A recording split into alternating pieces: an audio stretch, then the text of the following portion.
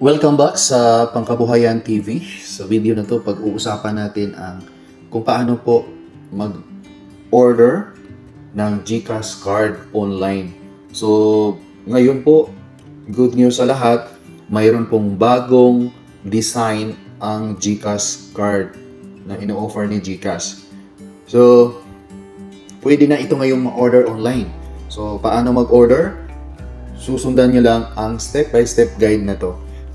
Kailangan lang mayroon po kayong GCash account para makapag-order online. Paano?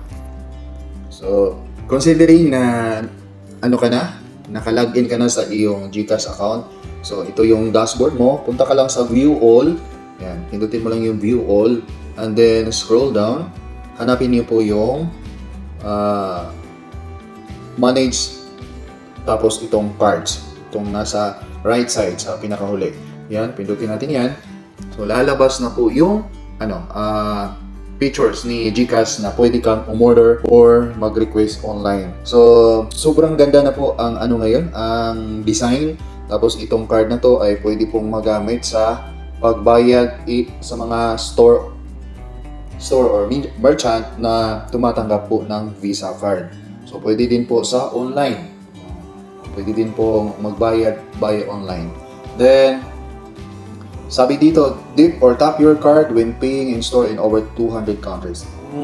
Parang credit card na din or debit card na rin ang card ni GCash. So, no bringing of cash. Cashless na po tayo ngayon. Usong-uso na po ang cashless. Kung wala kang credit card, so pwede na itong GCash card. Use your card for easy and seamless online shopping. Pwede pambayad sa online shopping. Tapos, withdraw from BancNet or Visa ATM worldwide. Pwede kang mag-withdraw. Hindi lang sa Pilipinas. Kahit sa labas ng bansa, ay pwede ka nang mag-withdraw sa mga Visa ATM worldwide. So, paano ba? Dito sa baba, pwede kang order a card. Then, kung nasa kamay mo na yung card, link my card. Kung hindi pa dumating yung card, pwede mong i-track yung order na card. So, dahil wala pa tayong card, so o-order muna tayo. So, click natin yung order. Pwede dito, send me a card or buy and store. So, hindi pa available yung buy and store. Dito tayo sa send me a card. Yan, magbubukas na yan. Yan po yung itsura ng card. Pero ang babayaran ninyo ay 185. Yan, 185 po ang babayaran.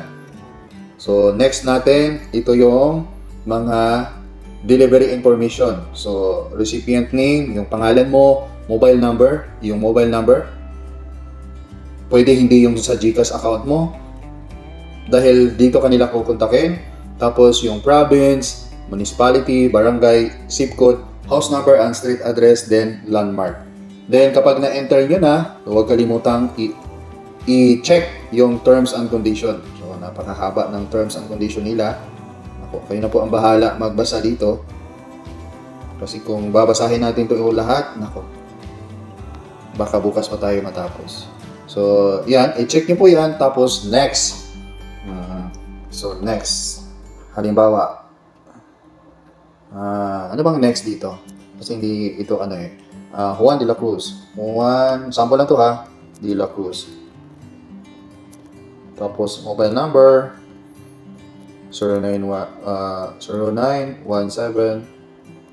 1, 2, 3, 4, 5, 6, 7. Then, province, Agusan del Norte. Tapos, Butuan City. Barangay, Agusan Pequeño. Tapos, zip code, then house number or house and street. Rizal Street. Tapos, yung landmark siguro, Gaisano Mall. Near Gaisano Mall. Gaisano Mall. Tapos, next. Yan, next. Next na.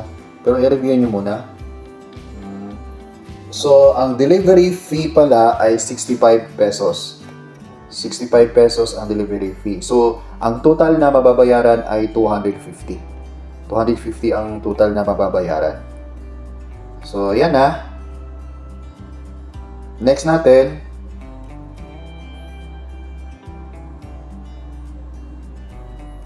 so yan, then not enough GCash balance. So kailangan po mayroon po kayong 250 na GCash balance para mag-succeed yung inyong order at mapadala sa inyo. Kasi ako, zero balance po yun. Sinadya ko po yan para po hindi tumuloy yung ating transaction.